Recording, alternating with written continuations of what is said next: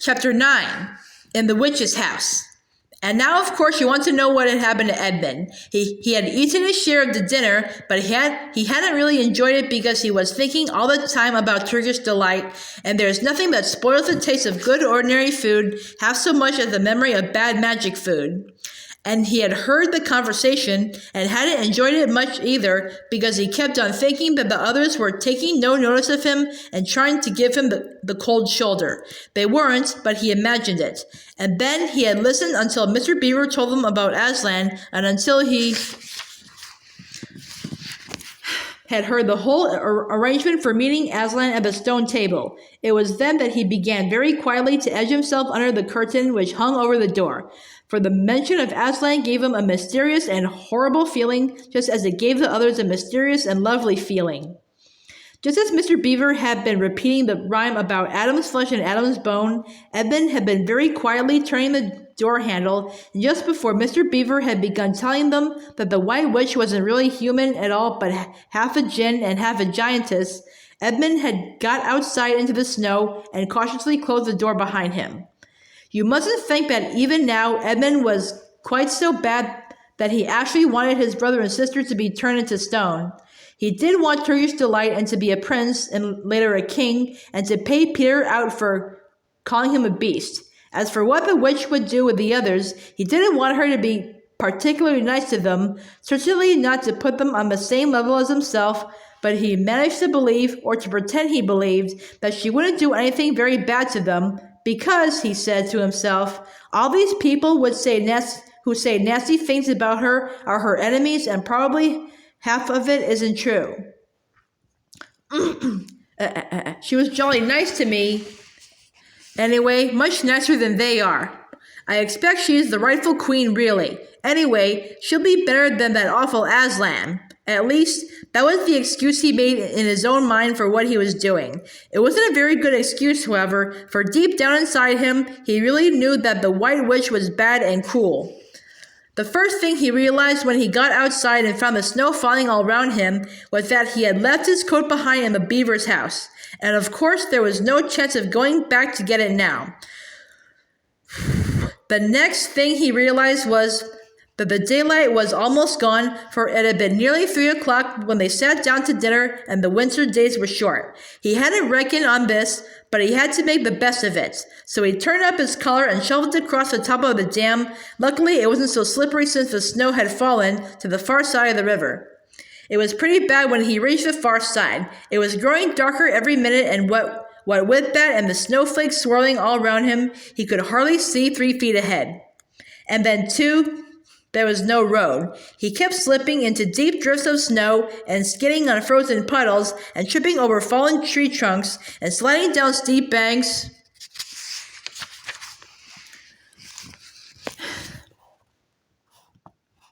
And barking his shins against the rocks till he was wet and cold and bruised all over. The silence and the loneliness were dreadful. In fact, I really think he might have given up the whole plan and gone back and owned up and made friends with the others if he hadn't happened to say to himself, when I'm king of Narnia, the first thing I shall do will be to make some decent roads. And of course, that set him off thinking about being a king and all the other things he would do, and this cheered him up a good deal. He had just settled in his mind what sort of palace he would have, and how many cars and all about his private cinema, and where the principal railways would run, and what laws he would make against beavers and dams, and was putting the finishing touches to some schemes for keeping Peter in his place, when the weather changed. First, the snow stopped. Then a wind sprang up, and it became freezing cold. Finally, the clouds rolled away and the moon came out. It was a full moon, and shining on all that snow, it made everything almost as bright as day, only the shadows were rather confusing. He would never have found his way if the moon hadn't come out by the time he got to the other river. You remember he had seen, when they first arrived at the Beavers, a smaller river flowing into the great one lower down. He now reached this and turned to follow it up, but the little valley down which it came was much steeper and rockier than the one he had just left and much overgrown with bushes, so that he could not have managed it at all in the dark. Even as it was, he got wet through for he had to stoop under branches and great loads of snow came sliding off onto his back. And every time this happened, he thought more and more how he hated Peter, just as if all this had been Peter's fault. But at last he came to a part where it was more level and the valley opened out. And there, on the other side of the river, quite close to him, in the middle of a little plain between two hills, he saw what must be the White Witch's house. And the moon was shining brighter than ever. The house was really a small castle. It seemed to be all towers.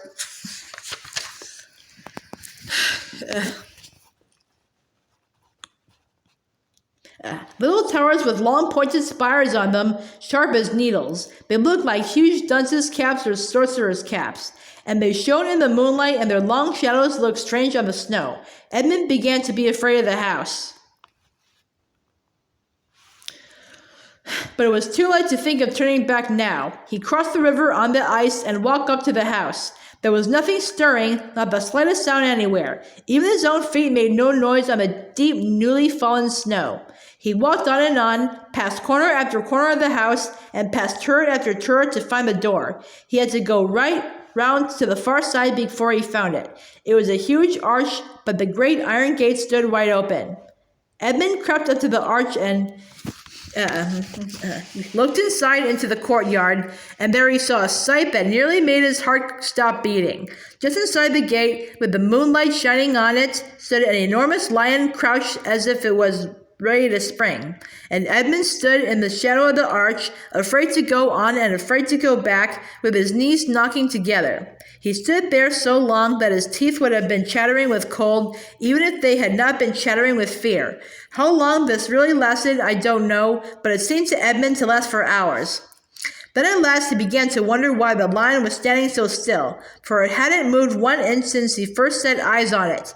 Edmund now ventured a little nearer, still keeping in the shadow of the arch as much as he could.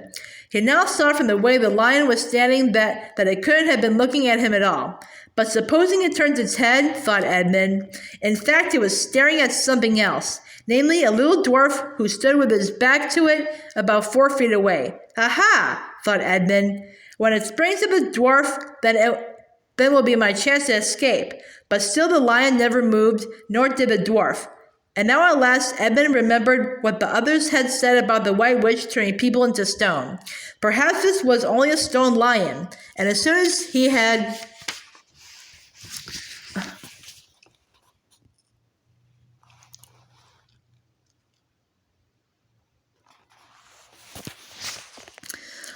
thought of that, he noticed that the lion's back and the top of its head were covered with snow. Of course it must be only a statue. No living animal would have let itself get covered with snow. Then very slowly and with his heart beating as if it would burst, Edmund ventured to go up to the lion. Even now he hardly dared to touch it, but at last he put out his hand very quickly and did. It was cold stone. He had been frightened of a mere statue. The relief which Edmund felt was so great that in spite of the cold, he suddenly got warm all over right down to his toes, and at the same time there came into his head what seemed a perfectly lovely idea. Probably, he thought, this is the great lion Aslan that they were all talking about. She's caught him already and turned him into stone. So that's the end of all their fine ideas about him. Pooh! Who's afraid of Aslan? And he stood there gloating over the stone lion, and presently he did something very silly and childish. He took a stump of lead pencil out of his pocket and scribbled a mustache on the lion's upper lip and then a pair of spectacles on its eyes. Then he said, "Yah, silly old Aslan, how do you like being a stone? You thought yourself mighty fine, didn't you?" But in spite of the scribbles on it, the face of the great stone beast still looked so terrible and sad and noble, staring up in the moonlight, that Edmund didn't really get any fun out of jeering at it. He turned away and began to cross the courtyard. As he got into the middle of it, he saw that there were dozens of statues all about, standing here and there rather as the pieces standing on a chessboard when it is halfway through the game.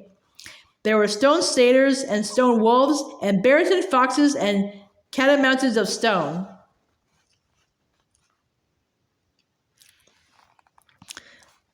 There were lovely stone shapes that looked like women, but who were really the spirits of trees. There was the great shape of a centaur and a winged horse and a long-lived creature that Edmund took to be a dragon. They all looked so strange standing there perfectly lifelike and also perfectly still in the bright cold moonlight that it was eerie work crossing the courtyard. Right in the very middle stood a huge shape like a man, but as tall as a tree, with a fierce face and a shaggy beard and a great club in its right hand. Even though he knew that it was only a stone giant and not a live one, Edmund did not like going past it. He now saw that there was a dim light showing from a doorway on the far side of the courtyard. He went to it. There was a flight of stone steps going up to an open door. Edmund went up them. Across the threshold lay a great wolf. It's all right, he kept saying to himself. It's only a stone wolf. It can't hurt me. And he raised his leg to step over it. Instantly, the huge creature rose, with all the hair bristling along its back, opened a great red mouth, and said in a growling voice, Who's there? Who's there? Stand still, stranger, and tell me who you are. If you please, sir, said Edmund, trembling so that he could hardly speak.